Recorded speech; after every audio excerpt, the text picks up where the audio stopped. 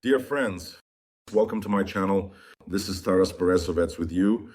Crimea has come under the most massive attack by UAVs since the beginning of 2025. This was reported by the Gauleiter of Sevastopol, Mikhail Razvojaev. The Trump administration is considering the so-called resource deal with Ukraine as a model for similar agreements with other countries. This was reported by the information and economic agency Bloomberg. In turn, the U.S. State Department stated that it will not act as a fire brigade and fly around the world to organize meetings between Russia and Ukraine. The new acting U.S. Chargé d'Affaires in Kyiv. This was reported the day before by the U.S. State Department. Michael Waltz resigned as the president's national security advisor, and Trump nominated him for the position of U.S. ambassador to the UN. This is clearly a demotion. And finally, Trump declared May 8th as Victory Day in World War II, even though it actually ended several months later on September 2nd, 1945. As we remember what is behind this initiative. Friends, we'll talk about all of this next. So, according to the occupying authorities of Crimea, the peninsula and the city of Sevastopol were subjected to the most massive drone attacks of the entire year 2025. As the Gauleiter Mikhail Razvojaev wrote, thanks to the air defense forces and our navy, the most massive combined attack on Sevastopol this year was repelled. According to official data from the Russian military, local air defense forces allegedly shot down more than 50 drones over the Black Sea as they approached Sevastopol. Explosions were also heard in the areas of Khersonis, Sevastopol Bay, Kacha, and Balaklava. Razvojaev, of course, insists that no facilities were damaged. Nevertheless, it is reported, with reference to local residents and their posts on social media, that a large fire broke out a few kilometers from the Kacha military airfield in the village of Uglovoye. According to the monitoring group Crimean Wind, which is linked to Ukrainian military intelligence, Russian AN-26 and BD-12 aircraft, as well as K-27 helicopters, are stationed at this airfield. A number of pro-military Z channels are also reporting a massive attack on Crimea. It is also reported that a military unit in Gvardeyskoye was attacked. The Saki airfield in Novofedorivka, located in the western part of Crimea, was also attacked, and explosions occurred near the Belbek airfield outside Sevastopol. Earlier, Russian Z channels recently reported on a noticeable increase in the activity of NATO reconnaissance drones, which in particular were operating in the western part of the Black Sea. At that time, they also assumed that this was most likely connected to new attacks. Additionally, Ukrainian intelligence reported the movement of several targets, specifically Russian S-300 and S-400 systems, in the area of the Kerch Bridge in the eastern part of the peninsula. In response, the Russian army attacked mainly civilian targets. Last night, 150 strike drones and decoy drones were launched. The Ukrainian Air Force reported that they managed to shoot down 64 targets. 62 were lost from radar without negative consequences, mostly suppressed by electronic warfare systems. And these were those very decoy traps, the so-called parody devices. This time, the Zaporizhzhia region was subjected to a massive attack. It is reported that about 30 apartment buildings and more than 10 private houses were damaged. In total, over the course of a day, the Russian armed forces carried out 589 strikes in the Zaporizhzhia region across 16 populated areas, including 11 airstrikes and the arrival of 349 drones, as well as 9 attacks from multiple rocket launchers, clarified the head of the Zaporizhzhia military administration, Ivan Fedorov. It should be noted here that in this statistic, the 349 drones are not Shaheds, but mainly FPV drones, as well as drones on fiber optics, which operate in the frontline zone. Meanwhile, the American TV channel CNN reported that Putin has decided to focus on short-term goals, which include holding on to the captured Ukrainian regions. According to new data from American intelligence, which has been reviewed by US officials, Vladimir Putin has shifted his attention to short-term objectives. In addition to military aims, these also include stimulating the Russian economy, which is in a difficult situation. Previously, according to US intelligence assessments, Putin believed that the current situation in the war was developing in his favor and that he had the necessary amount of both time and resources. However, American intelligence remains skeptical about the possibility of a ceasefire, believing that Putin is not actually seeking to reach any kind of peace agreement. There is a widely held belief that even if Putin does agree to peace talks, he will still try to resume the war at any moment and in the long run seize more and more Ukrainian territory. And this contradicts Putin's words. This conclusion by American intelligence contradicts the words and statements of President Donald Trump regarding his recent claims that Putin will not seize or destroy Ukraine because he, Donald Trump, is respected by him.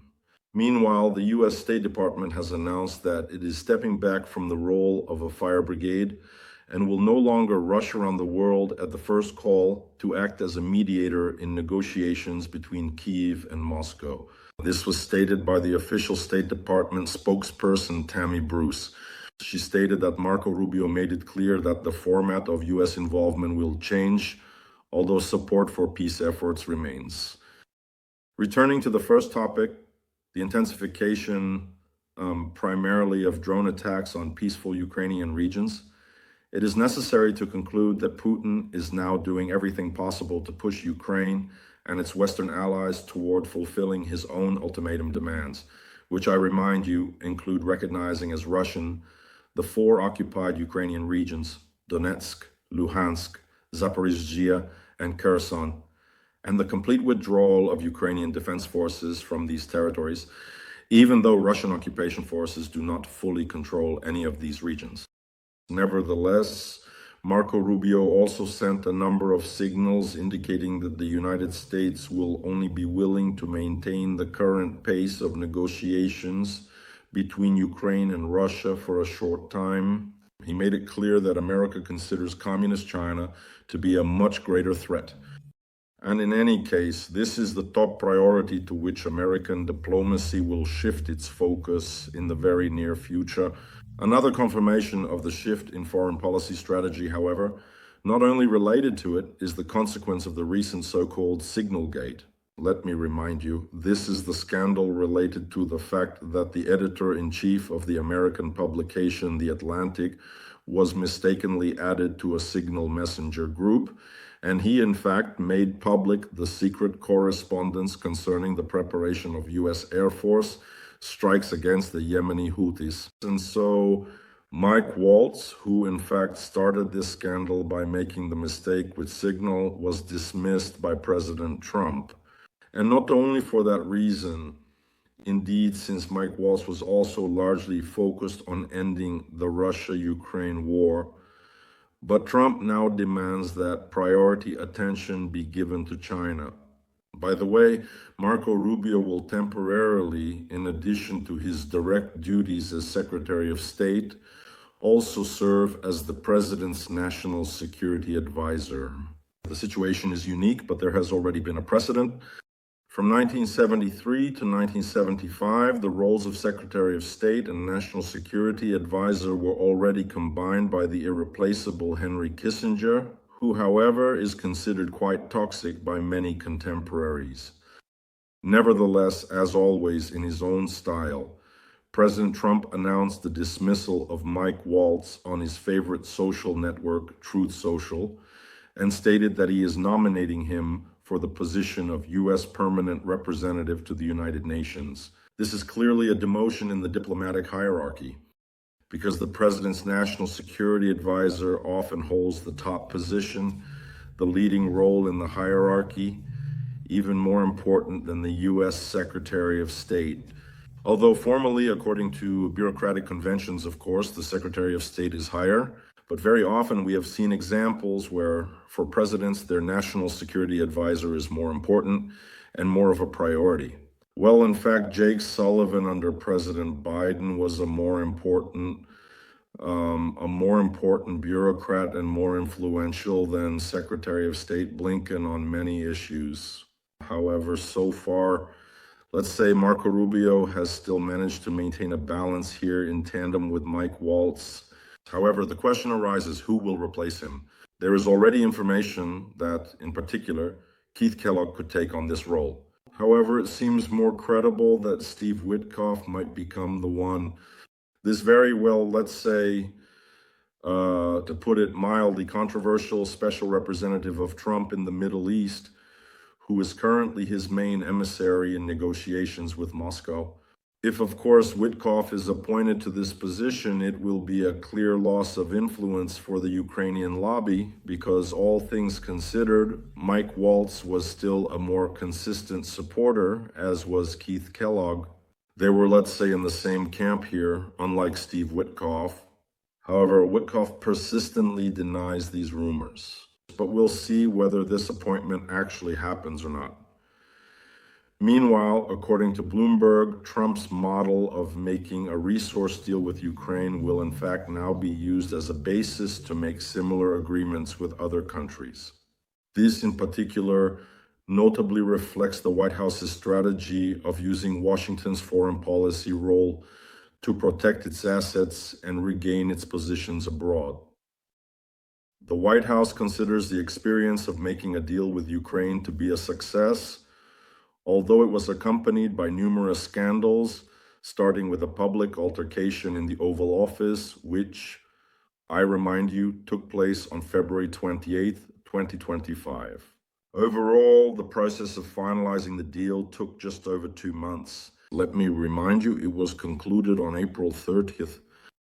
One unnamed official from the U.S. Department of the Treasury told Bloomberg that now the White House will use the agreement with Ukraine as a way for Americans to participate in the economic growth of regions that the United States has supported through loans or grants. Well, we can see, let's say, the precedent being set. Precedent is a classic norm of the American legal system, including the judicial system. And now this precedent, which in this case is a success for Trump, will be incorporated by him into his foreign policy as well. Meanwhile, on Trump's favorite TV channel, Fox News, his Secretary of State, Marco Rubio, stated that the positions of Kyiv and Moscow have not only failed to come closer, but actually remain very far apart from each other.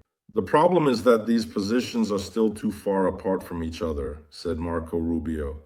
We can see what it would cost Russia to stop. And although he stated that Washington is not going to back down, that is, it will continue to support Ukraine, he added, "It's not that the war in Ukraine isn't important, but I would say that what is happening with China is more important for the world."